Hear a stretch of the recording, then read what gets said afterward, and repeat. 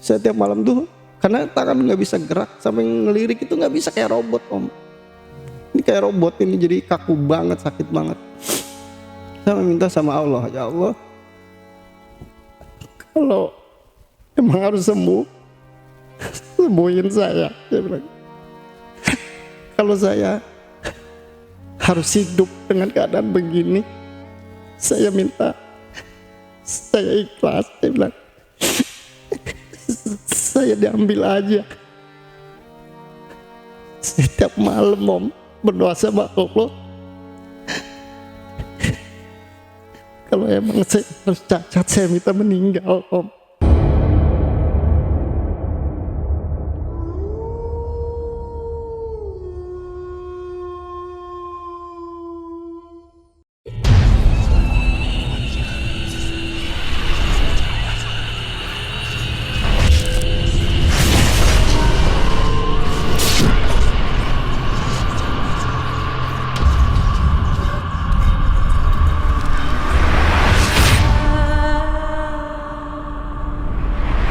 Assalamualaikum warahmatullahi wabarakatuh.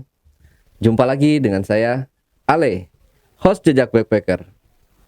Dalam obrolan misteri Jejak Backpacker kali ini, saya menghadirkan seorang narasumber yang pernah mengalami kejadian mistis pada tahun 2007 lalu. Tapi sebelum narasumber menceritakan pengalaman mistis yang pernah dialaminya, jangan lupa untuk selalu support channel YouTube Jejak Backpacker. Subscribe, like, komen, dan share sebanyak-banyaknya video-video YouTube Jejak Backpacker. Tak lupa juga saya ucapkan terima kasih buat penonton dan subscriber dimanapun berada yang sampai hari ini sudah mensupport channel YouTube Jejak Backpacker. Dan buat kalian yang punya pengalaman menarik yang ingin ceritanya diangkat di channel YouTube Jejak Backpacker, kirim cerita menarik kalian melalui nomor WhatsApp yang saya cantumkan di bawah ini. Assalamualaikum Bang Bendot. Terima kasih Bang Bendot sudah hadir di studio Jejak Backpacker. Kabarnya gimana Bang Bendot, sehat ya? Alhamdulillah. Alhamdulillah. Tadi perjalanannya lancar Bang, dari mana tadi? Dari Pamulang, dari Pamulang ke Bekasi ya. Berapa jam tadi perjalanannya Bang? 1,5 jam sih om. 1,5 jam. Iya. Lumayan ya. Masih macet. Oke. Jadi Bang Bendot ini katanya punya pengalaman menarik ya, punya pengalaman mistis yang nggak bisa dilupakan lah seumur hidup mungkin Bang ya. Nah mungkin Bang Bendot bisa ceritakan dulu sedikit aja kisi-kisinya Bang. Di 2007 saya pernah mengalami kecelakaan motor ya, sampai terseret di kolong mobil, nggak bisa berjalan, tangan nggak bisa bergerak sampai ke jari. Ya itu prosesnya lumayan. Saya bisa duduk itu sekitar 3 bulan lah baru bisa duduk karena tulang ekor yang kena gitu waktu itu. Oh, hampir lumpuh berarti ya? Lumpuh ya, udah lumpuh ya? Udah lumpuh. Oh, okay. Jadi pas kejadian itu udah kayak mayat hidup. Astagfirullah. Tapi sebelum Bang Bendot menceritakan pengalaman mistisnya lebih lanjut lagi, saksikan setelah OMG yang satu ini.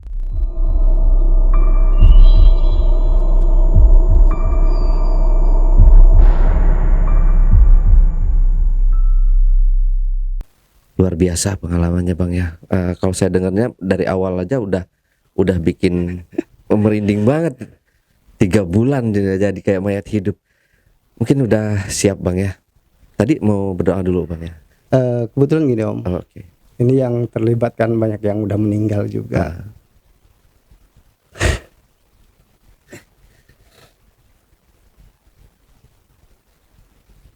Oh jadi di cerita ini banyak yang meninggal gitu. Enggak om. Yang ngurusin sayanya udah nggak ada. Oh innalillahi.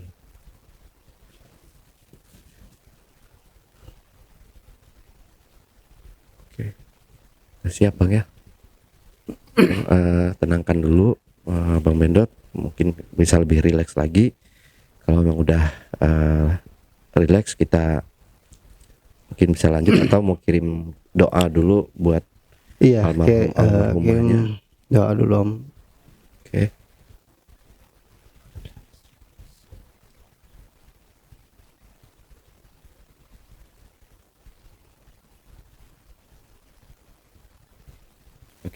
Bang Bendot, fokuskan kalaupun ceritanya ini nanti mengandung air mata atau apa, fokuskan untuk tetap posisi di depan mic Bang. Siap. Biar penonton juga dengar apa yang Bang Bendot ceritakan gitu ya Bang ya.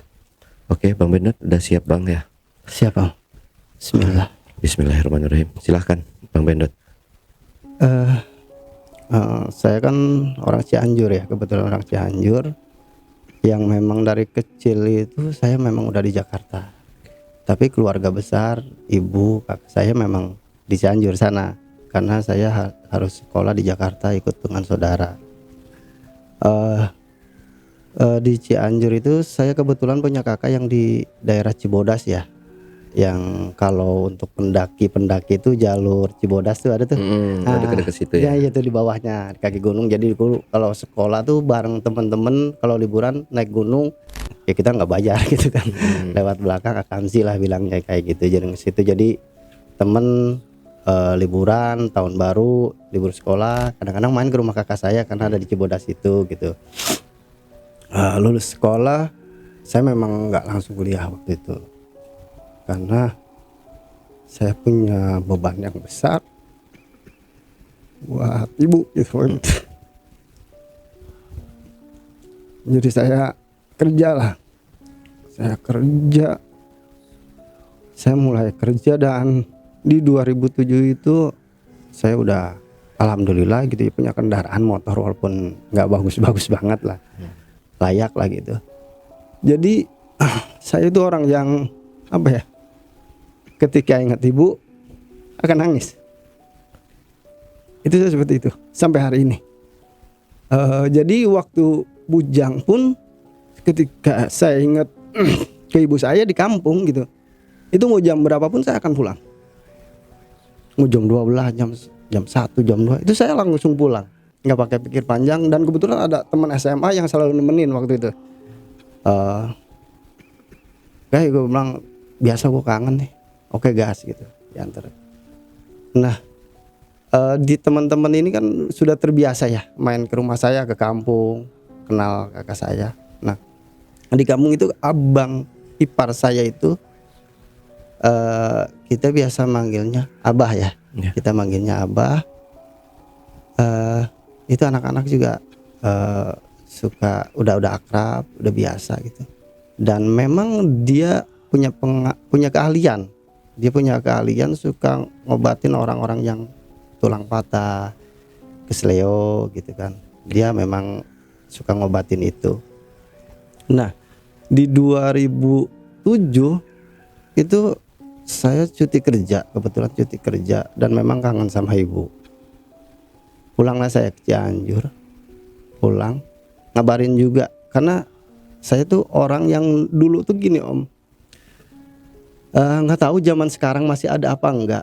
Saya tuh orang yang selalu dihitung. Jadi ketika mau pergi hari apa, jam berapa itu saya ditentuin.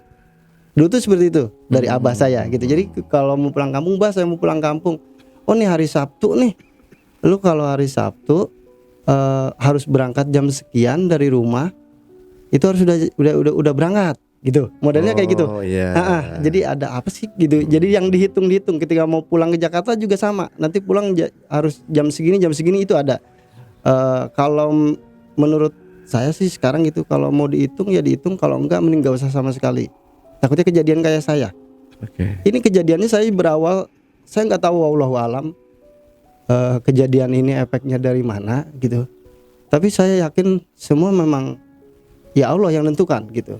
Cuman ada sebab akibat juga mungkin dari apa yang saya langgar apa segala macam. Waktu itu memang saya pulang.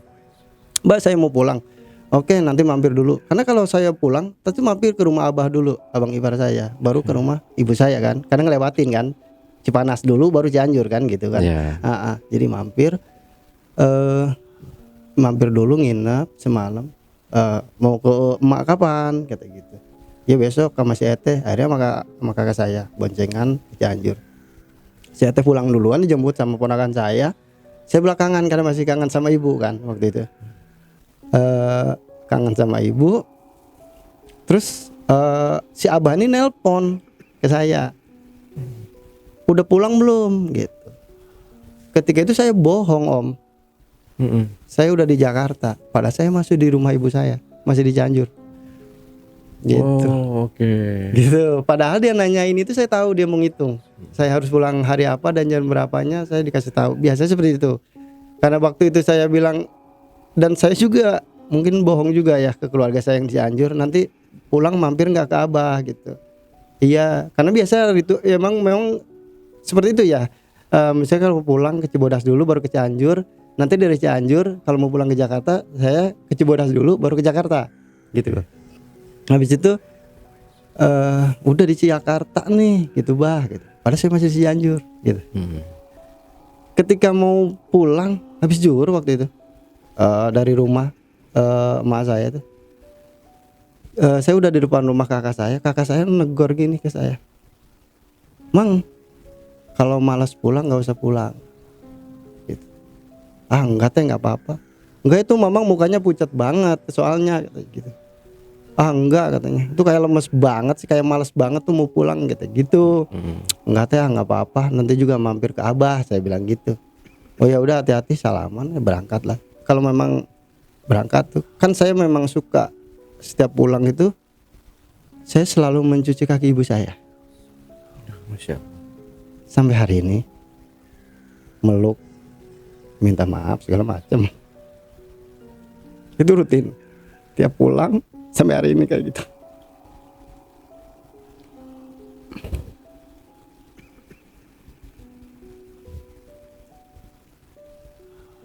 Pulanglah saya ke Jakarta ya. Pulang ke Jakarta, kejadiannya itu setelah puncak ya. Jadi setelah puncak waktu itu saya udah memang pikiran udah nggak karuan, memang kagak tenang. Nggak tahu, bawaannya juga udah nggak enak badan tuh. Aneh banget gitu, kayak berat banget gitu.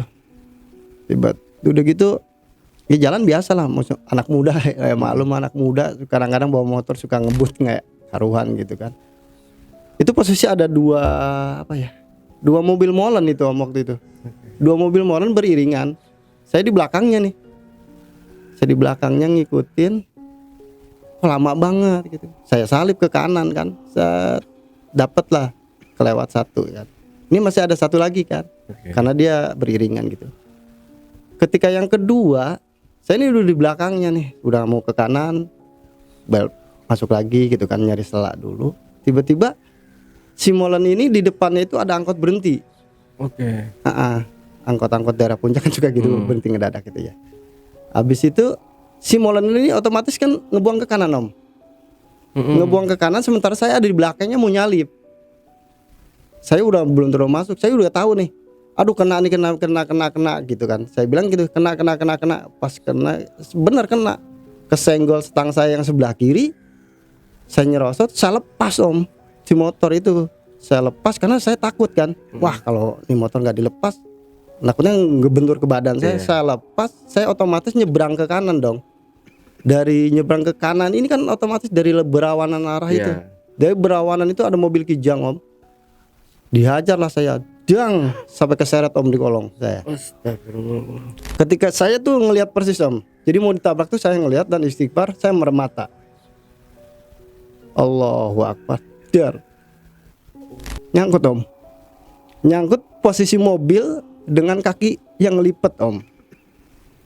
Ini om kalau saya buka baju, ini saya turun nih om, bau saya ini dan mata saya turun sebelah sampai hari ini. Nah, jadi itu saya nyangkut di kolong mobil. Waktu itu rame lah warga yang nolong, rame-rame mau didongkrak, nggak ada dongkrak. Akhirnya si mobil itu diangkat rame-rame sama warga. Saya nggak bisa lupa tuh, warga teriak masih hidup. Oh, masih sadar ya Bang Benda Iya. waktu itu ya? Masih hidup, orangnya masih hidup gitu. Astagfirullah. Saya udah pas buka mata itu, astagfirullahaladzim. Kolong mobil om, mesin mobil. Saya agak-agak linglung itu, tapi sadar saya ngustak istighfar itu nggak berhenti, astagfirullah. Nggak berhenti berdoa, nggak berhenti.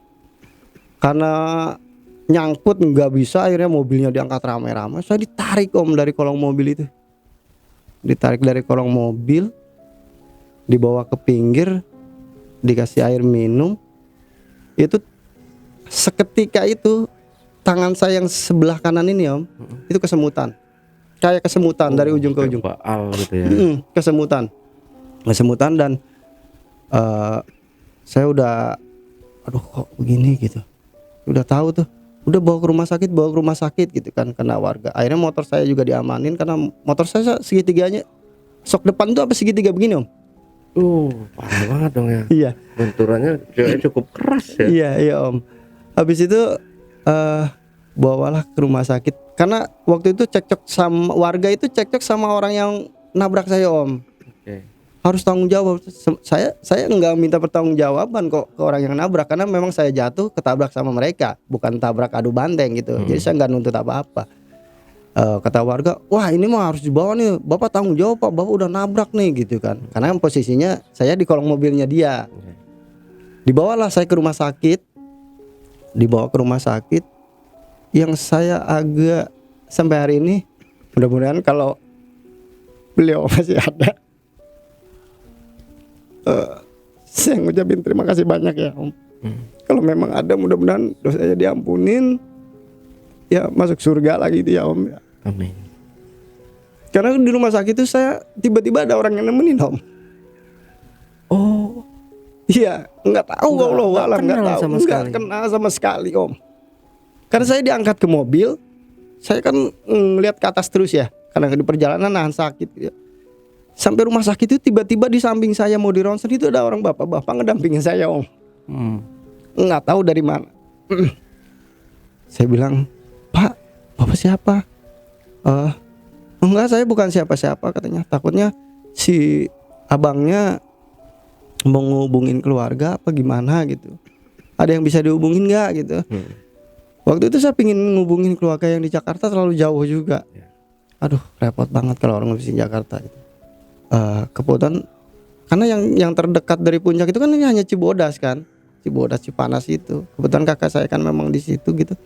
Ya udah teleponin abah, di situ ada nomornya, saya bilang gitu kan. Telepon lah. Kebetulan memang handphone itu pulsanya habis om. Saya bilang, Mang kayaknya pulsanya habis deh, kalau nelpon kayaknya nggak bisa, saya bilang gitu. Ya udah nggak apa-apa, saya beli dulu katanya gitu. Itu orang nggak tahu, saya nggak, sampai hari ini saya nggak tahu itu orang siapa. Dia beli pulsa, ngisi lah ke saya. Nih saya udah telepon, dia nelpon sampai saya. Halo, ini dengan keluarganya ini. Kebetulan nih saya lagi dampingin di rumah sakit karena ngalamin kecelakaan. Nggak mungkin, soalnya nih anak bilangnya udah nyampe Jakarta. Okay. Anak ini udah nyampe Jakarta katanya. Nggak mungkin. Enggak, bener pak. Ini kalau bapak mau ngomong silakan. Saya ngomong, bah saya lagi di rumah sakit gini. Ini begini nih katanya. Kalau orang nggak dengerin orang tua, kalau bohong sama orang tua tuh begini jadinya. Ngomongnya gitu sambil nada kesal. Iya bah, jemput ya, gitu sambil nahan sakit. Dan kagetnya itu di rumah sakit gini om. Ketika kaget saya di ronsen, suruh, kan udah nggak bisa bangun om sama sekali. Karena tangan saya ini nggak bisa gerak dua-duanya. Karena pas di rumah sakit ini engsel saya ini muter ke belakang om. Ini muter ke belakang om, gitu. Ini muter ke belakang. Dan habis itu di ronsen, ketika mau ronsen itu jaket nggak bisa karena ini ke belakang ya muter ya. Jadi jaket saya itu digunting sampai ujung baru bisa dibuka. Akhirnya di ronsen. Ketika di ronsen yang saya kaget, dengkul saya itu dipukul ya. Dipukul itu nggak gerak. Nangis. Nggak respon ya. Nggak respon, nangis di situ, saya nangis kejer. Wah, udah nggak bisa hidup nih kayak gini gitu kan. Yang dipikiran ibu. Saya nggak mikir apa-apa, cuma ibu doang yang kepikiran. Waktu itu nggak tahu harus ngomong apa gitu kalau ibu saya tahu saya seperti ini gitu kan. Aduh. Nangis. Akhirnya lama sekitar jam 3. Itu kejadian dari jam 11 om. Itu si abah ini, abang ipar saya datang baru sampai sekitar jam 3. Buat pakai mobil bak. Akhirnya waktu itu karena lama juga itu motor saya udah nggak ada om. diumpetin sama warga. Waktu itu katanya diumpetin takut polisi tahu, padahal nggak masalah polisi tahu juga gitu kan. Akhirnya helm saya juga nggak ada waktu itu, uang saya juga 600 nggak ada, cuman ada dompetnya aja di tas itu waktu itu ya, uang juga nggak ada gitu kan. Sampai ke rumah sakit, abah saya kaget gitu, tangan saya kan udah muter gitu karena dia orang ini. Akhirnya di rumah sakit dibalikin dulu nih tangan saya, dibalikin dulu ke awal, nanti kalau bengkak, kalau udah kelamaan ini akan lebih sakit katanya ngobatinnya gitu kan. Betul, dibalikin dulu, udahlah sampailah di jalan itu udah nggak karu-karuan pikiran om, udah karuan karena ini kesemutan juga kan, udah sakit, wah sakit banget, wah luar biasa. Sampailah di kampung ya, di Cibodas. Itu saya dibawa pakai mobil bak, kebetulan si abah sama ponakan saya yang cowok ya yang jemput dua. Sepanjang jalan tuh saya udah sedih banget, nangis banget. Saya nggak tahu harus ngomong apa nih ke ibu gitu, ke emak saya harus apa. Nyampe di rumah itu, kakak perempuan saya om ngelihat saya itu emang ngerangka om, itu ngerangka di tanah om. Lihat kondisi saya itu ngerangka di tanah, nangis nggak karuan sampai dia nggak sadar, bilang ya udah ikhlas saja, saya bilang gitu. Karena gini om, saya itu mungkin banyak yang keluarga saya banyak yang terlalu berharap ke saya ya om. Saya dari 8 bersaudara, saya ini anak yang paling bungsu, paling kecil. Dan dari kecil saya udah misah dengan keluarga karena harus sekolah di Jakarta gitu ya. Dan di tengah itu paling besar itu adalah cowok, di tengah itu 6 itu perempuan, dan terakhir saya cowok lagi gitu. Jadi saya mungkin mereka terlalu banyak berharap ke saya gitu, bisa sukses lah sekolah di Jakarta apa segala macam gitu kan. Jadi ketika ngeliat kejadian itu, wah mereka shock banget. Saya nyampe di rumah tuh langsung bilang, emak jangan dikasih tahu. Itu saya pesan saya om, emak jangan dikasih tahu. Karena semua ya kakak saya, nih emak kalau ngelihat emak yang meninggal. Sampai bilang begitu om, saya tuh kayak mayat hidup om. Sampai rumah, ini tangan saya ini sampai segede gini om, bengkaknya gede ini. Iya, itu tiap malam saya tuh harus dipijit om sama ete saya, karena kesemutannya nggak hilang-hilang gitu, kesemutan nggak hilang-hilang. Kaki saya nggak bisa jalan, dan sampai jari saya 10 ini nggak bisa bergerak sama sekali om. Ini 10-10-nya nggak bisa gerak sama sekali. Saya tuh benar-benar kayak mayat hidup, kayak bayi om. Mau apapun itu ya makan disuapin, kamar mandi dibopong-bopong, tarik-tarik. Yang ngurus jadi si Ya almarhum abang ipar saya sama kakak saya. oh ya. Makanya saya tadi ngirimin doa di awal karena dia yang ngurus saya gitu om. Yang parahnya lagi ketika kejadian itu saya nggak bisa buang air kecil 3 hari om. Saya sampai nangis bah, nggak bisa kencing bah, diurutin nggak bisa, sampai merah om, 3 hari nggak keluar kan. Akhirnya wah ini nggak bisa nih, bahaya katanya gitu. Akhirnya manggil bidan, kalau di kampung suka ada bidan yang ke rumah ya, datang. Akhirnya manggil bidan, itu di kateter om saya. Udah posisi nggak bisa ngapain, badan tulang tuh kayak lepas semua. Itu di kateter masukin selang baru saya bisa buang air kecil om. Baru tuh lega. Akhirnya kata bidannya nih minum obat ini biar bisa buang air kecil. Akhirnya alhamdulillah dari situ bisa. Berjalan waktu ya itu. Jadi saya diurut itu pagi siang malam om. Jadi sehari itu 3 kali saya diurut. Untuk benerin tulangnya itu. Iya, siang sebelum tidur sama bangun tidur om. Karena kalau bangun tidur saya nggak diurut, itu saya nangis om. nahan sakit. Dan saya selalu berharap ya, berdoa gitu, kejadian ini cukup menimpa saya, tidak dengan orang lain, saudara, teman, siapapun itu. Karena Masya Allah Om, sakitnya luar biasa. Sakitnya luar biasa, kayak kita tulang tuh kayak lepas semua Om. Benar-benar kayak lepas dan wah luar biasa. Ya cukup saya berdoa ya semoga saya aja yang ngalamin, yang lain enggak, jangan. Karena saya ngerasain sakitnya itu luar biasa Om. Diurut pagi gitu ya, siang, malam, pagi, terus aja kayak gitu berbulan-bulan. Itu nggak bisa ngapa-ngapain, udah kayak mayat hidup aja, geletak. Mata saya sampai sekarang kan turun gitu. Bahu saya turun, kalau ini turun masih saya, karena mungkin nekuk ke ini ya gitu. Diurut, terus diurut. Yang aneh ini gini Om, itu udah beberapa bulan saya diurut tuh nggak ada reaksi sama sekali kan, nggak ada reaksi. Habis itu nggak ada reaksi. Jadi kebetulan abah saya kan memang bisa ngobatin orang yang patah, kesleo gitu. Jadi ketika saya ngegeletak di ruang tamu itu malam, suka ada orang datang, bah patah nih tangan. Itu besok beberapa minggu udah sembuh, datang ke situ lagi. Sementara saya yang duluan di situ itu masih begitu-gitu aja Om. Gitu. Ini nih yang duluan sakit, katanya kapan sembuhnya? Lah orang baru kemarin keseleo, besok udah kesini lagi, katanya main udah sembuh. Lah ini ngapain aja, katanya. Nggak sembuh-sembuh.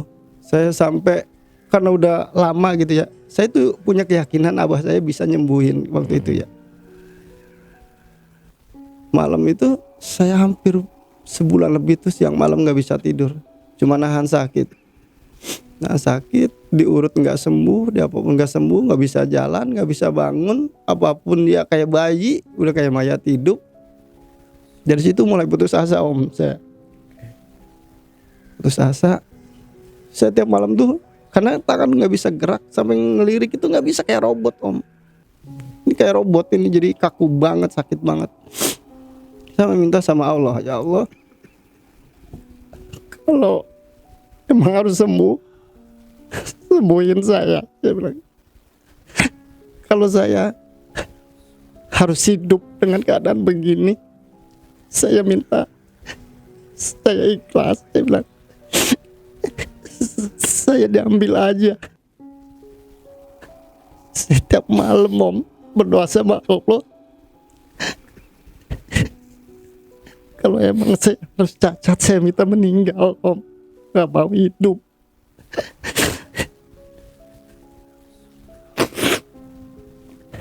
Karena saya tahu kalau saya hidup akan nyusahin kakak saya dan ibu saya. Buat apa saya hidup gitu.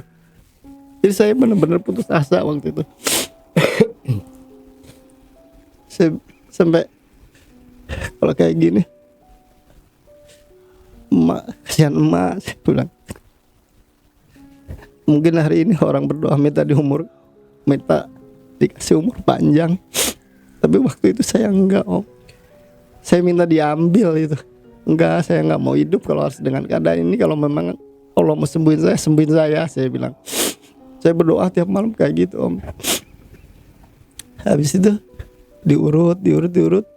Ini ibu saya, karena dari pesan saya dari awal, ibu nggak boleh dikasih tahu. Ibu saya juga belum tahu. Oh, masih belum tahu ya? Belum. Itu udah berarti berapa bulan ibunya belum tahu? 3 bulan. Oh, 3 bulan. 3 bulan ibu saya nggak tahu Om. Ibu saya nggak tahu 3 bulan. Tapi mereka udah agak curiga karena motor saya suka dipakai ponakan ke Cianjur. Suka dipakai main apa segala macem. Itu kayak motornya si Mamang katanya gitu. Oh bukan gitu. Memang si Mamang ada di Cipanas katanya gitu. Enggak ada gitu. Nah udah itu udah 3 bulan saya baru bisa duduk Om. Dengan posisi duduk harus diganjal belakang. Kan tulang ekor saya sakit banget. Jadi harus lurus gitu. Dan memang itu nggak bisa ngapa-ngapain juga karena kaki masih lumpuh yang sebelah kanan. Dan tangan ini digerakin gini nggak bisa. Sampai ke jari-jarinya ini nggak bisa bergerak sama sekali. Nggak ngerti kenapa, mungkin karena pas keseret ditarik itu mungkin ya saraf banyak yang segala macam, sampai nengok pun nggak bisa. Tiba-tiba abang saya udah kesel banget gitu ya, ini udah kayaknya udah ini, dan mulai aneh abang saya tuh, ini setan dari mana sih nih katanya gitu. Saya juga ya nasi, kok abang ngomong begini, ini setan dari mana sih, bandel banget kata, pakai ngikut-ngikut ke sini katanya gitu. Abang saya tuh ngomong begitu.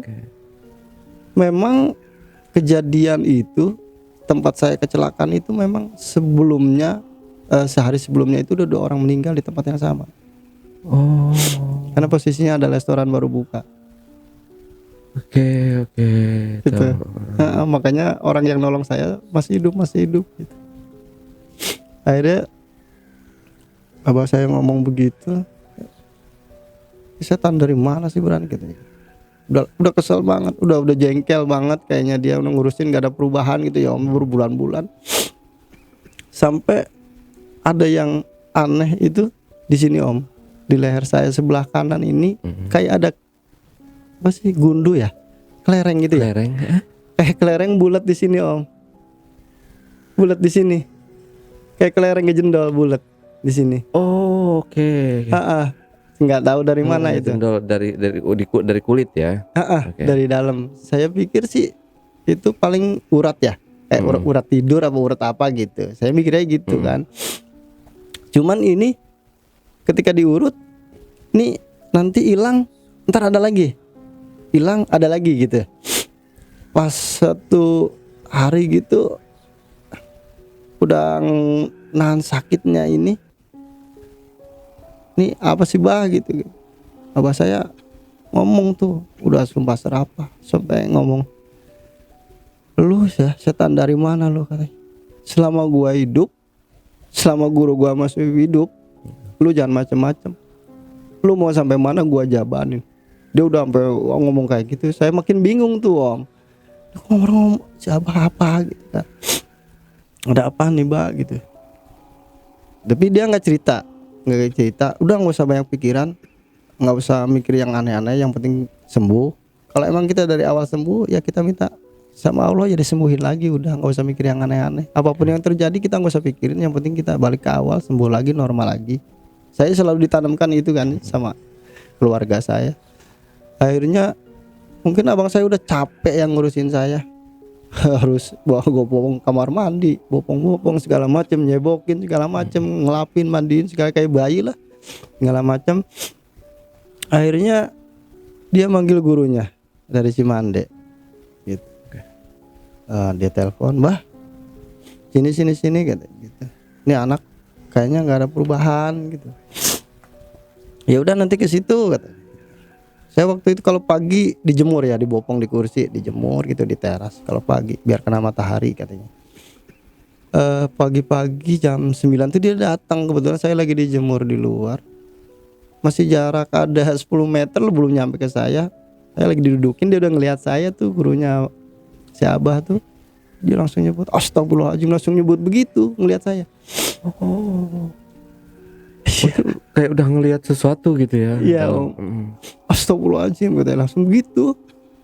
Saya kaget ngeliat saya, apa karena ngeliat kondisi saya yang mengenaskan apa gitu. Terus saya lagi posisi duduk gitu ya, lagi dijemur om. Apa yang ngucap begitu dia, padahal belum nyampe, masih baru ngeliat saya gitu. Ketemu saya, oh ini anaknya dia gitu. Udah tiduran katanya gitu. Dia tiduran, dia ngambil wudhu dulu, kamar mandi, ngambil wudhu, dia masuk kamar, wirid segala macam mungkin ya. Habis itu barulah diurut. Jadi yang pertama kali sembuh itu kaki kanan saya om.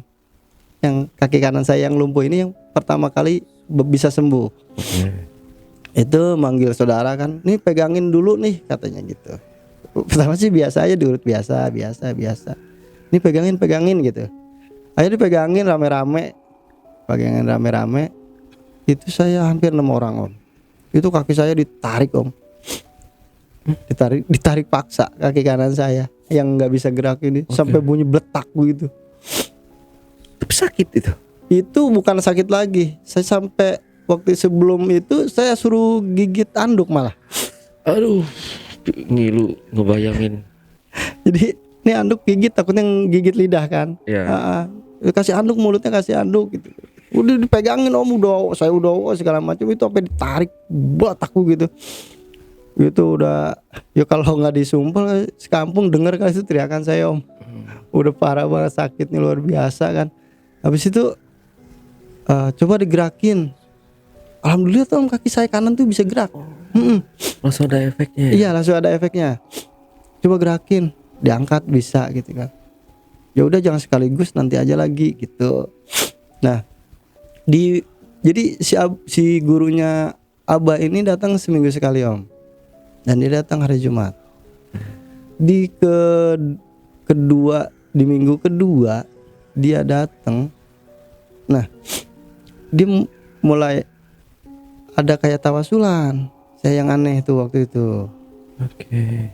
Jadi dia datang katanya, tawasulan. Jadi tiap hari Jumat itu saya harus motong ayam. Ayam kampung gitu ya? Iya, harus motong ayam. Jadi harus motong ayam, katanya buat nuker. Saya kan nggak tahu buat nuker apa. Katanya kalau bahasa Sunda, baiklah iya gantina katanya gitu. Ya udahlah ini aja gantinya gitu, tukerannya gitu. Ya udah. Jadi tiap hari Jumat itu saya itu om motong ayam, tawasulan.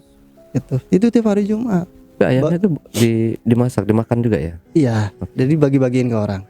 Jadi dipotong, dibagi-bagiin ke orang, dimasak dibagi-bagiin ke orang gitu. Disegerahin lah. Tapi tiap hari Jumat saya nggak ngerti ada apa gitu waktu itu. Ini kaki udah lumayan bisa digerakin, akhirnya saya bisa jalan tapi pincang.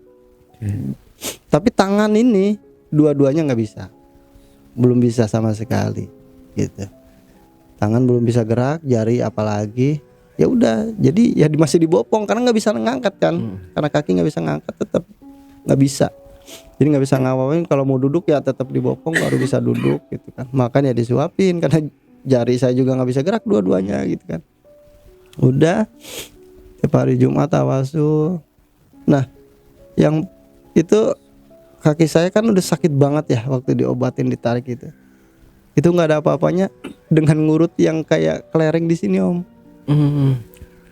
Itu saya udah banget, udah sakit banget nih, nggak hilang pegel. Jadi ngelirik tuh kayak robot om. Di sini bulat em kayak kelereng.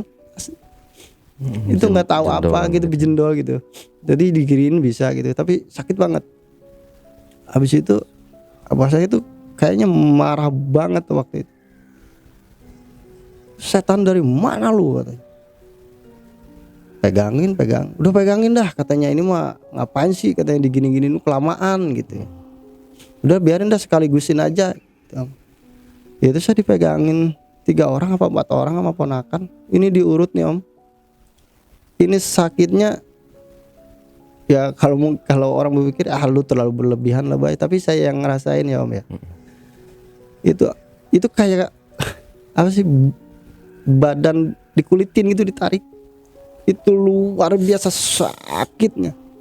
Dan setelah ini dipencet, itu kan rumah abah saya kan masih kayak bilik ya. Bawahnya teras itu kayak ada orang blek gitu. Kayak jatuh gitu ya dari atas. Blek gitu. Iya jadi pas ini dilepas itu kayak ditarik itu sakit asli om. Allah itu sakitnya luar biasa, lebih sakit daripada kaki saya om. Itu sakit banget. Itu kayak ada yang pas ditarik tuh blek gitu. Kan berasa ya kalau di kampung kan tanah gitu, jadi kedengeran blek gitu. Itu ada yang kayak begitu. Saya bilang, "Duh, kok ada apa gitu." Ini lumayan enak. Udah ini enteng. Coba ngelirik, udah lumayan bisa tuh om. Yang habis itu barulah keluarga saya dari Cianjur datang om, termasuk ibu saya. Oh, udah dikasih tahu ya. Udah dikasih tahu dengan posisi saya udah mendingan. Udah mendingan dan tuh mak mau datang dikasih tahu. Dudukin gitu. Saya udah duduk tuh sambil nahan sakit juga.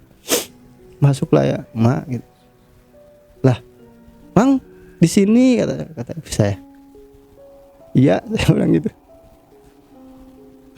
Dari kapan katanya? baru seminggu kayak kelihatannya sakit gitu ya. Terus kata abah saya, iya jatuh dari kamar mandi katanya gitu. Padahal sih udah berapa bulan itu. Dia meluk saya nangis. Ya, mak ikhlas aja ya mak, doain gitu, biar cepat sembuh, saya bilang gitu. Itu kakak saya pada datang dari Cianjur, tetangga, saudara, berapa angkot gitu jengukin saya ya. Pada datang, dan ketika itu saya kan udah nggak kerja ya, nggak kerja posisi Otomatis kerja. berarti langsung resign ya? Enggak, saya ngabarin ke kerjaan saya juga kalau saya mengalami kecelakaan gitu. Jadi tetap dapat uang bulanan lah, dapat gaji gitu. Dapat dispensasi lah ya dari mereka. Iya betul om. Masih ada uang lah gitu buat hari-hari, buat berobat sana sini, buat hari Jumat tawasulan segala macam gitu kan. Kakak saya pada datang. Saya orang kan gini ya om, saya orang yang selalu kalau ketika punya apa-apa itu pulang saya selalu ngasih ke kakak saya gitu.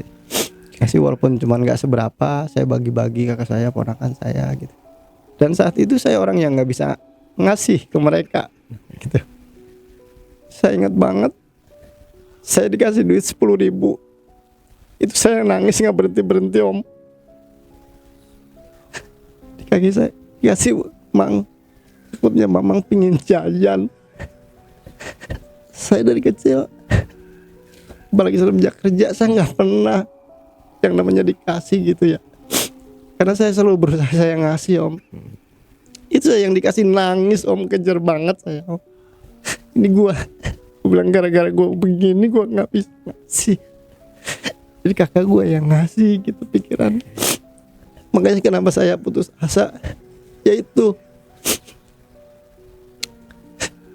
kalau saya harus hidup dengan keadaan seperti itu saya nggak mau, karena saya yakin kasih akan gini. Padahal cuma dikasih duit 10.000, itu saya sedihnya bukan main om. Hanya mereka nginep semalam ya, ibu saya hanya nemenin berapa malam di situ. Karena nggak betah, karena udaranya lebih dingin kan, akhirnya pulang lagi. Saya bilang, Mbah, saya gimana nih? Saya bilang gitu. Udah bisa duduk sih, cuman kok gini gitu ya. Ya udah sabar, banyak-banyak berdoa aja katanya gitu. Terus tepat hari Jumat berikutnya gitu, kaki udah mendingan ya walaupun jalan pincang. Dan saya jalan pincang itu nggak dikasih tongkat om, nggak gua kasih tongkat. Lu harus berusaha, lu harus punya keinginan buat sembuh. Jadi saya diajarin kayak gitu.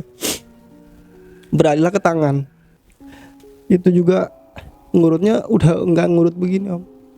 Ini saya tuh diurut udah pakai kuku digini om, ke dalam dikorek-korek. Oh iya, jadi di sini saya tuh dikorek-korek begini om, ke dalam. Ngurutnya udah kayak gitu, udah nggak ngurut di gini lagi, nggak, udah ke dalam begini dicongkel-congkel. Karena emang jarinya nggak bisa. Berasa sih gitu ya, pengen gitu digerakin tapi nggak gerak sama sekali nih jari. Ini paling lama sebelah kanan. Diurut rutin kayak gitu.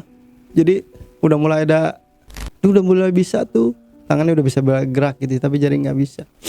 Jadi tiap hari tuh biar motoriknya terlatih mungkin ya, coba nyabutin rumput gitu.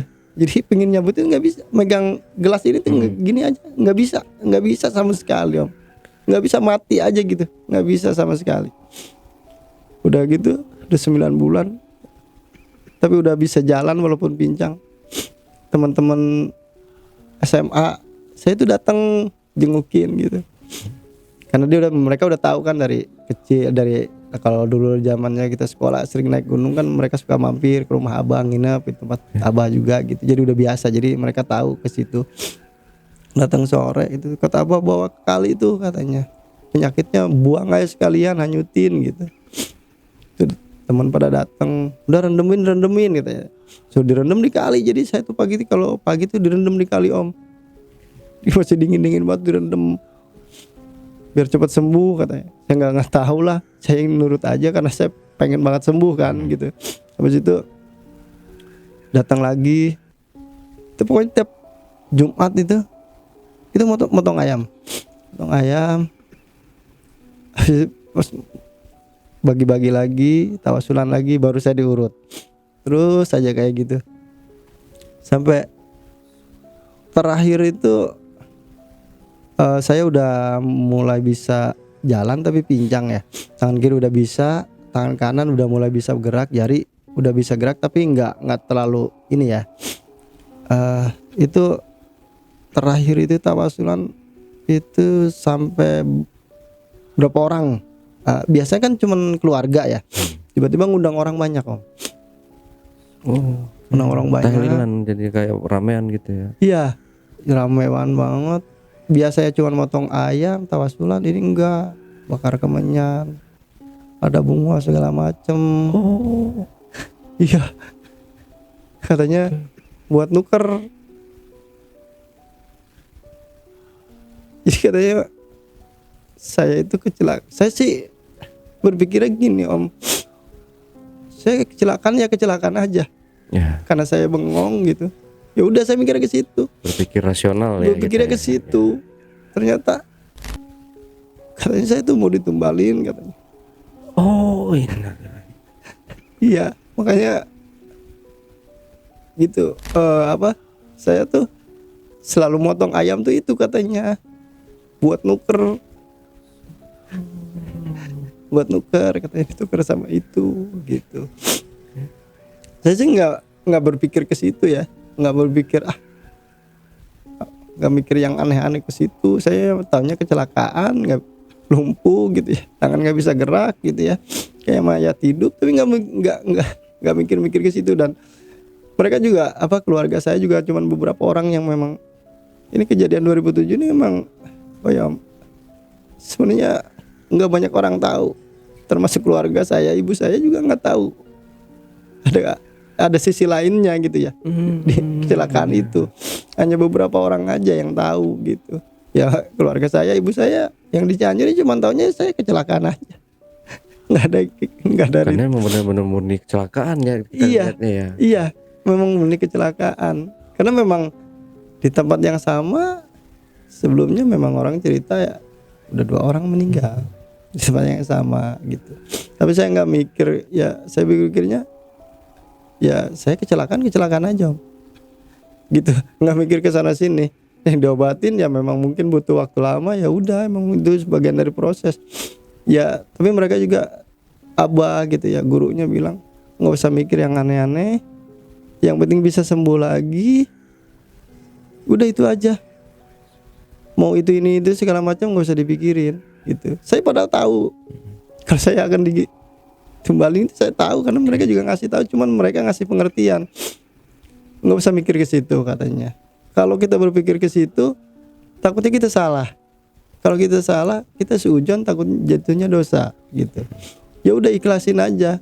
Mudah-mudahan kalau memang mereka niatnya begitu, kita ikhlasin, ya jadi pahala buat kita. Yang penting awalnya kita sehat, awalnya kita sembuh, ya udah minta sama Allah, udah itu aja, nggak usah mikir yang lain. Jadi ya sebenarnya kemarin juga mau cerita, gimana ya, bingung juga gitu om.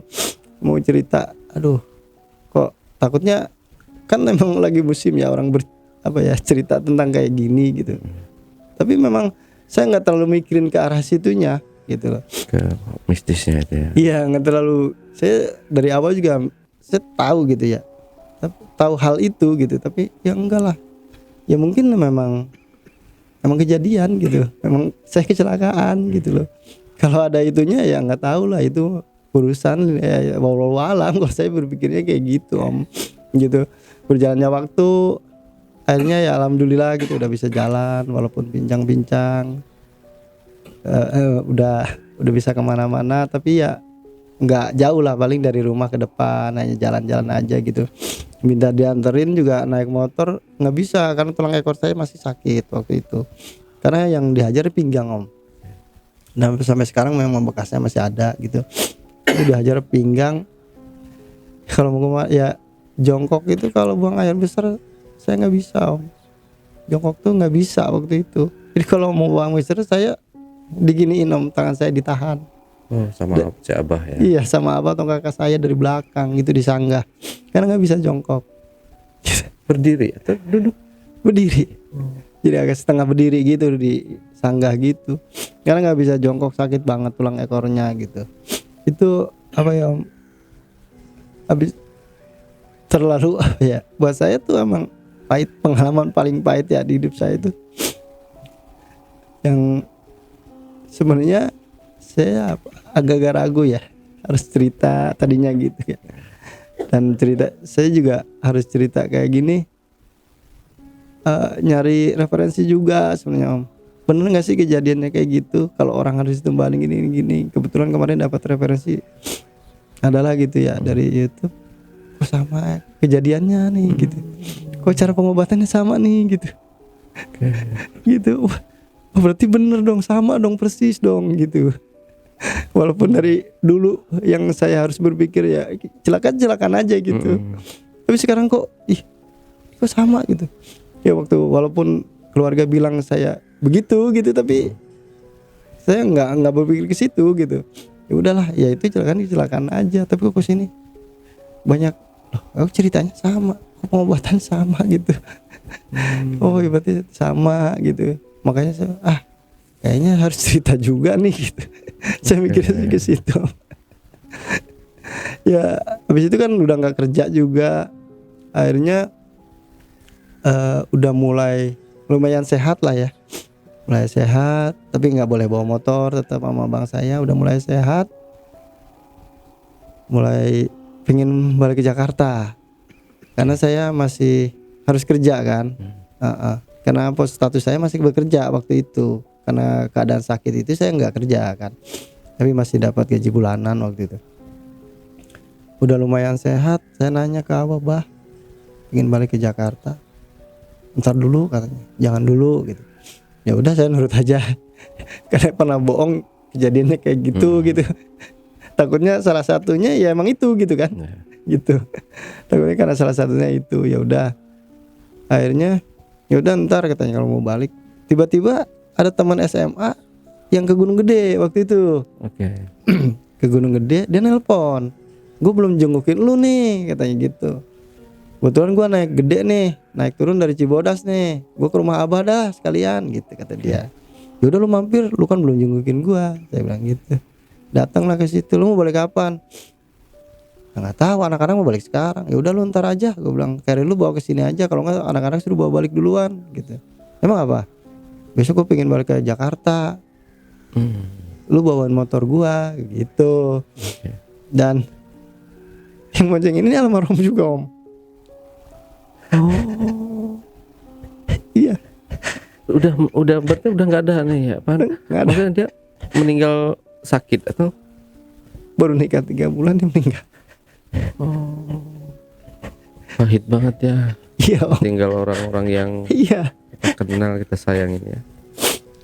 Dan yaitu dia boncengin saya.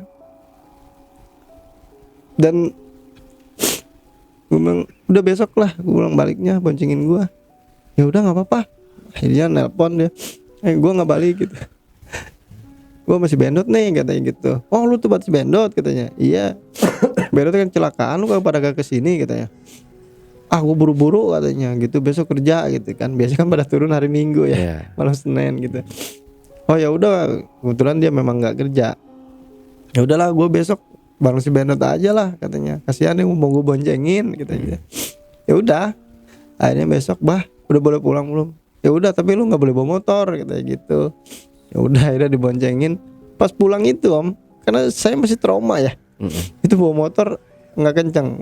"Awas lu ya," gue bilang. "Bawa motor kencang-kencang," gue bilang tuh. "Kagak lah, lu gue tahu lu masih begitu." Dan di jalan itu lagi dibonceng kan pelan gitu. Dia kencang banget tuh bawa motor, udah agak kencang, saya tepuk. "Pelan-pelan lu," gue bilang gitu. Gue masih trauma juga gitu. Tiba-tiba ada motor nyalip dari belakang. Set gitu. Buset dah, nih orang kayak punya jalanan sendiri. Itu depan saya tuh motor tiba-tiba kebalik Om, jumpalitan begini. Itu posisi saya baru sembuh Om. Saya lagi traumanya kan. Baru sembuh dibonceng, itu ngeliat orang naik motor nggak tahu kayak ngerem mendadak gitu ya di depan. Itu kebalik buar sampai nyerosot, sampai mukanya tuh buat gitu. Saya ngelewatin, otomatis saya ngelewatin ya. Dia ngelirik saya, ngeliat gitu. Ini baret, itu saya sampai gemeteran di motor Om. lu jalan nggak? Jalan. Itu gemeteran, lemes banget.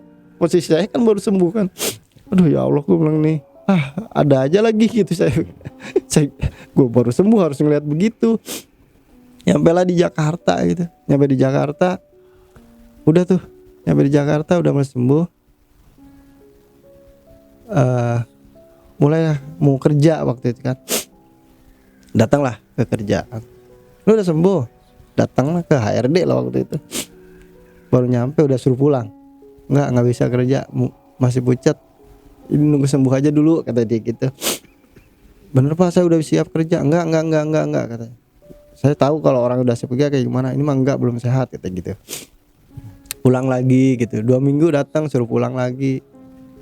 Karena saya nggak enak gitu ya, udah hampir setahun nggak kerja, digaji, akhirnya saya ngundurin diri Om. Saya datang ke kantor ngajuin ngundurin, Pak. Kenapa ngundurin diri? Katanya. Saya udah lama nggak kerja Pak. Lagian badan saya masih begini. Saya bilang saya masih butuh istirahat segala macam, masih berobat jalan segala macam. Aduh nggak usah, nggak apa-apa katanya. Nunggu kamu benar-benar sehat baru kerja nggak apa-apa gitu. Nggak Pak. Akhirnya saya ngundurin diri gitu. Ya udah ngundurin diri. Dapat klaring sama uang. Alhamdulillah dapat uang dan ya uang. Walaupun nggak gede gitu, cukup buat nganggur beberapa bulan gitu kan. Ketemulah waktu itu emang nggak kerja ya, mondar mandir di rumah, nggak ngapa-ngapain gitu. Habis itu tibalah Lebaran Om. Lebaran pulanglah saya dengan posisi nggak punya uang. Iya, karena udah nggak kerja. Dan setiap Lebaran itu saya selalu rutin ngasih orang tua sama kakak saya semua, kan saudara ponak. Waktu itu saya nggak bisa ngasih. Dan itu dari malam takbir saya udah nangis nggak karu-karuan. Jadi pulang sholat itu sampai hari ini saya pasti ke makam bapak. Karena memang saya dari 2 tahun udah ditinggalin sama bapak gitu. Ke makam dan baru saya sungkem. Saya pasti rutin gitu ya. Setiap dari makam saya sujud di kaki ibu saya, minta maaf, nyuci kakinya, minta doanya gitu. Ma yang ikhlas ya Mak. Dan saya waktu itu nggak berhenti nangis Om. Sakit banget rasanya Om, nggak bisa ngasih apa-apa. Sakit banget. Sujud lama banget Mak.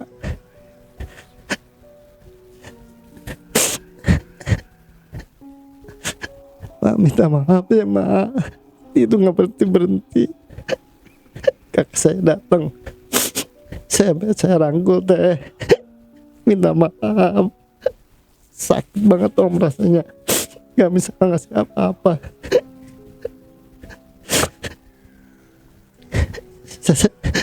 Mungkin apa ya, saya selalu banyak gini karena memang saya dari kecil jauh ya, jauh dari orang tua. Dan dari kecil umur 2 tahun saya udah tinggal bapak saya gitu.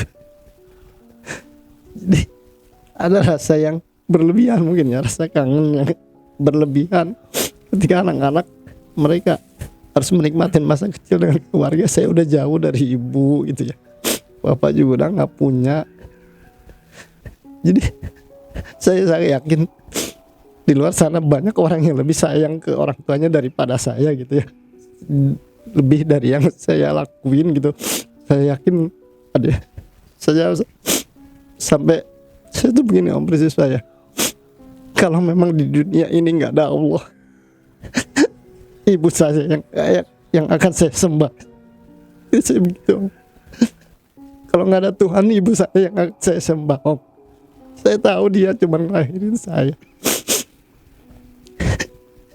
Oh dia memang dari kecil saya udah sekolah di Jakarta segala macam, tapi nggak membuat saya sakit hati karena jauh gitu ya. Nggak ngerasa saya dibuang gitu ya, terus jauh-jauh dari orang. Enggak, saya itu malah sampai saat ini apa ya, ke orang tua tuh saya malah makin sayang Om.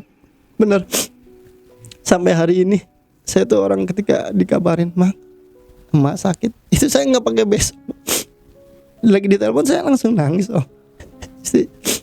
Sampai saya tuh spontan langsung nangis gitu, ya Allah gitu. Dan saya takut banget kalau ibu saya sakit, saya takut banget dengan hari Jumat Om, nggak tahu kenapa. Misalkan dikabarin gitu hari Rebo, ketika hari Jumat itu saya takut banget, ya Allah di hari Jumat, karena saya punya keyakinan ibu saya akan meninggal di hari itu Om. Nggak tahu kenapa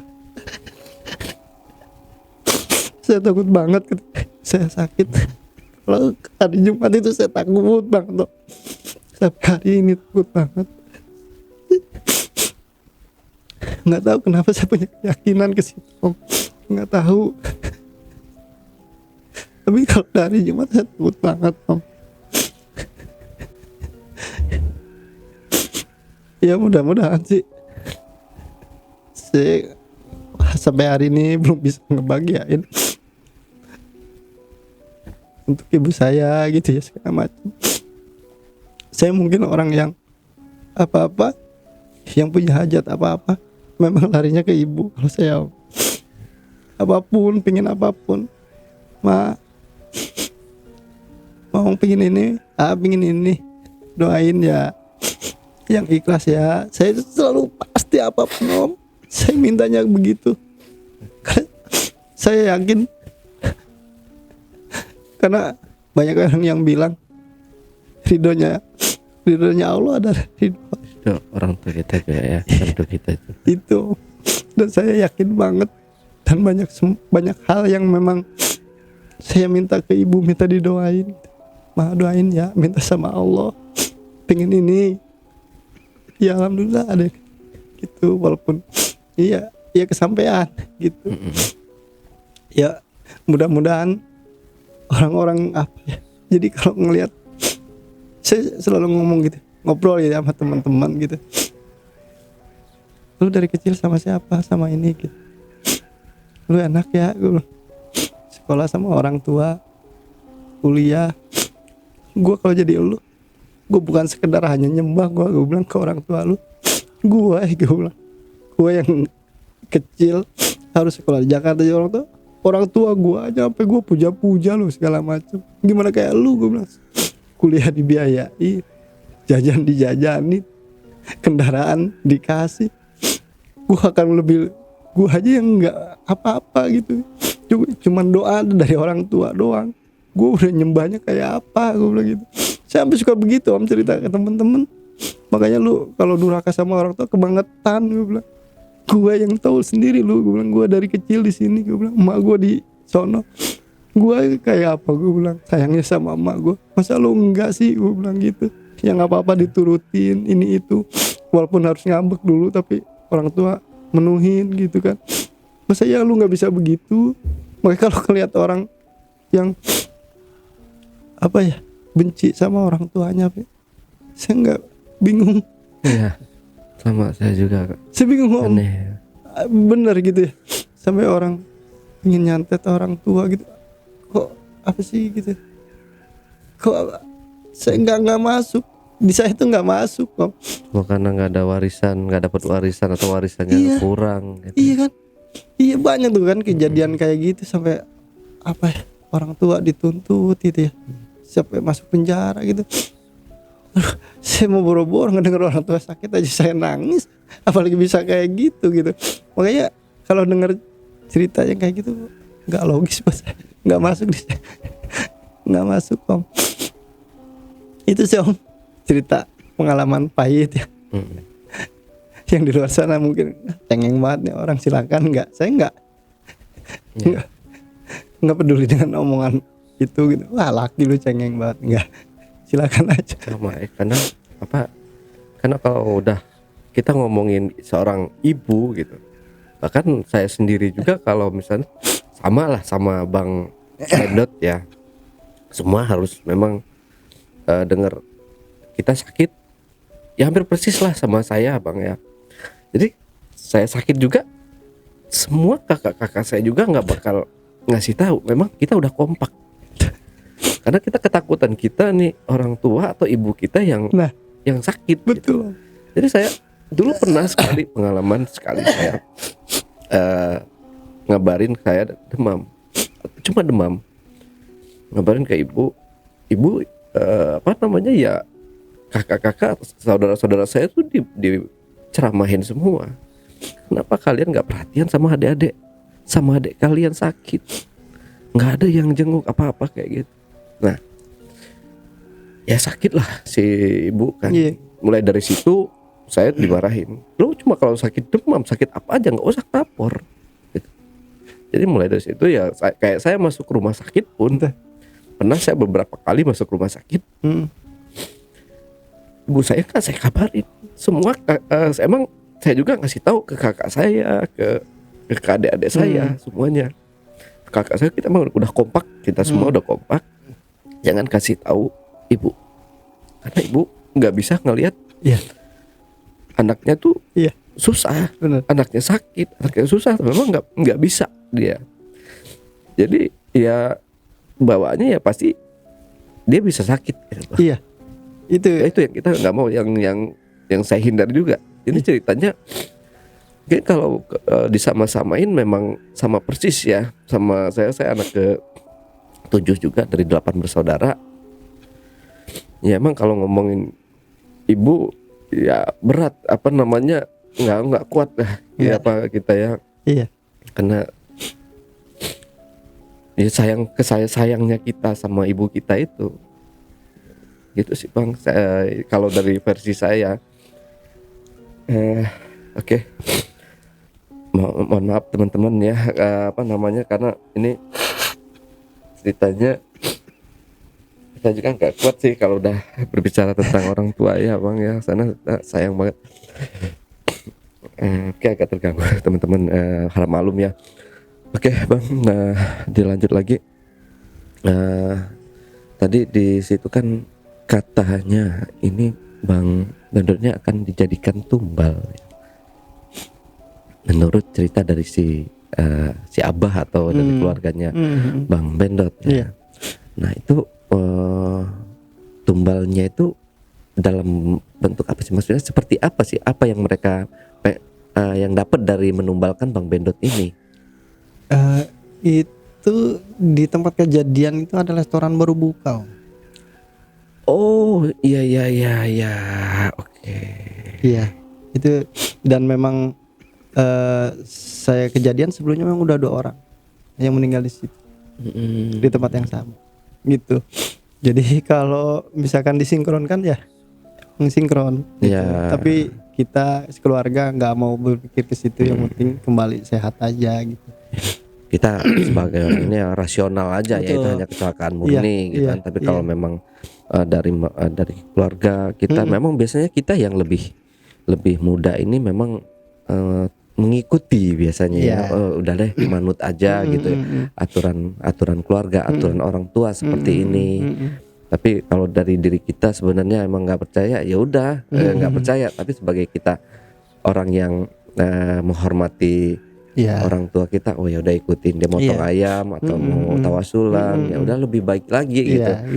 Kita cara kita mendekatkan diri kepada Allah sang pencipta gitu. Jadi nggak mikir yang aneh-aneh sih Om. Kalau saya waktu itu juga, cuman memang kalau disinkronkan ya dari beberapa gitu, nyari referensi memang sama. Kayak gitu ya. Tapi saya nggak ambil pusing lah, ya udahlah, orang mau berasumsi apapun silahkan gitu. Kalau memang itu ya silakan gitu, dari awal juga ya silakan, saya ikhlas kok gitu kan. Cuman saya minta sama lo ya, saya kembali normal aja, sembuh lagi, sehat lagi, udah itu aja gitu. Walaupun penderitaannya ya memang cukup pahit gitu, cukup menyakitkan buat saya. Berarti itu tahun 2007. Oh ya masih bujangan ya. Saya berarti belum berkeluarga. Belum. Iya makanya keputusasaan itu datang itu Om, karena belum bisa apa-apa, belum segala. Sedih itu yang paling yang paling sedih sih kalau menurut saya Bang. Ya kita Gimana ya, di rumah sakit, kalau saya versi saya di rumah sakit sendiri, nggak ada yang jagain, hanya dirawat sama perawat. Pengennya saya kan ada orang tua yang dampingin Itu. dia, tapi karena keadaan keadaannya nggak bisa Iya. ngasih tahu Iya, si orang betul. tua ini takut kita kehilangan, Iya, takut justru kehilangan justru orang itu, Om. tua. Ya udah, kita bertahan dengan keadaan kita yang lagi di Iya. rumah sakit. Iya. Ya kalau dibilang nangis setiap malam, setiap saat, ya kayak gitu. Saya sebenarnya nggak pernah, kalau untuk urusan cerita-cerita mau orang dengar sedih atau apa kayak gitu, nggak pernah, jarang banget saya nangis, Bang.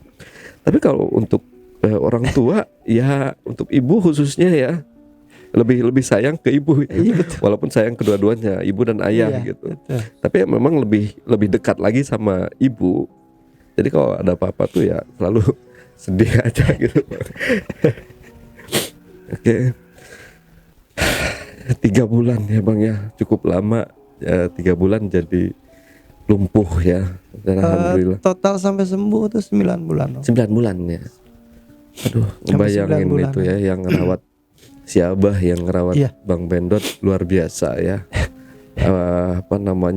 Nggak bisa kita membalas Iya. hanya dengan segepok uang atau apa, hanya Iya. ya semuanya udah campur aduk jadi satu, orang-orang yang baik seperti itu. Iya. Iya, dan itu harus ngada gitu, Om, yang itu termasuk teman saya yang nganterin boncengin saya ke sini gitu kok. Cepet banget. Kan dulu kan saya belum punya kendaraan gitu. Pengen nunjukin bah gue punya ini gitu. pengen banget, tapi nggak kesampaian. Bah gue udah punya ini, pengen gitu. Karena saya kan emang nggak ada bapak gitu dari kecil, jadi udah kayak bapak gitu, pengganti bapak gitu. Itu padahal abang ipar, karena emang lebih dekat ke abang ipar gitu kan, banding dengan kakak saya sendiri. Jadi makanya sakit Om rasanya. Kalau inget itu sedih banget rasanya. Aduh, udah nggak ada gitu. Dan kemarin kan ada salah satu teman main, ibunya meninggal gitu. Saya telepon, gimana keadaan, sehat gitu. Lu bisa setenang itu, gua. Siapa yang ngomong gitu, Om? Lu bisa seikhlas itu gitu. Emang apa lu? Gue kalau emak gue nggak ada, gue takut gila. Siapa yang ngomong gitu, Om? Bener. Kenapa lu sampai kayak begitu? Gue nggak tahu.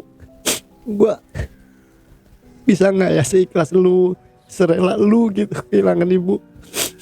Gue kayaknya belum tentu bisa dah. Saya ngomong gitu, Om. Nggak tahu kenapa. Sensitif banget kalau ingat ibu saya tuh. Padahal dari kecil ya, saya jauh yang bukan keseharian seperti orang-orang yang tiap hari sama ibunya, berangkat sekolah sama ibunya, mau jajan minta duit sama ibunya. Padahal saya bukan orang yang kayak gitu. Tapi takut kehilangannya luar biasa. Saya takut nggak bisa kayak teman-teman saya yang bisa ikhlas, bisa tabah gitu, Om. Baru dengar sakit aja, aduh, ya Allah, saya udah kayak apa tahu gitu.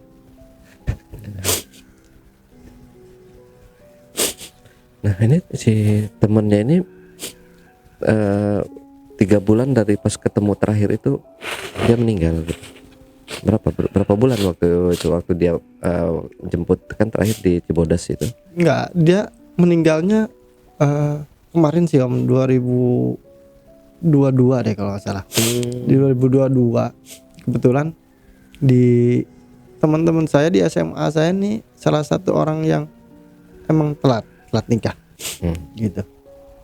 Dan memang saya akrab sama beliau, sama ini anak gitu. Jadi kalau apa-apa waktu itu emang ada rasa keinginan pengen ke rumahnya dia gitu. Kok pengen banget ke rumah dia, ada apa sih gitu. Datang ke situ, kenapa? gue masih nganggur nih, gue pengen kerja gitu. Ya udah jangan main mulu gitu. Ya udah lah, gue doain lu dapat kerjaan gitu. Iya katanya gitu. Tiba-tiba jam 5 apa ya, jam 5 subuh tuh dia nelpon. Nah lu bangun. Udah, gue bilang, kenapa lu jam gini hari udah nelpon? Saya bilang, iya nih hari pertama kerja gue gitu. Seneng banget tuh dengernya ya, seneng banget. Iya gue bilang, lu cewek lu udah ada, udah nabung gitu, nabung buat ini lu nikah gitu. Iya doain ya. Waktu itu habis itu berapa tahun dia nabung, akhirnya nikah. Nah tiba-tiba dapat kabar pas lagi musim corona ini om. Gitu. Iya, jadi habis makan, kata istrinya segitu, habis makan tiduran di kamar, terus nyuruh istrinya ngambilin buah di kulkas gitu. Ngambilin buah dong di kulkas. Ngambil buah ke kulkas, pas balik lagi dia udah nggak ada. Posisi istrinya lagi hamil 3 bulan. Iya. Iya, ya, saya kaget banget itu. Astagfirullahaladzim, baru nikah 3 bulan, posisi istrinya lagi hamil. Cepat banget. Oke. Ini aduh. Waktu diobatin sama si siapa sih? Abah ya, Abah sama si temennya, iya, si gurunya ini. Itu kan ada iya, benjolan atau apa di sini. Nah setelah itu kalau kempes atau keluar, itu kan kayak dari cerita Bang Bennett tadi kan kayak ngedengar suara bek. Iya, kayak ada yang loncat gitu, kayak ada yang loncat gitu.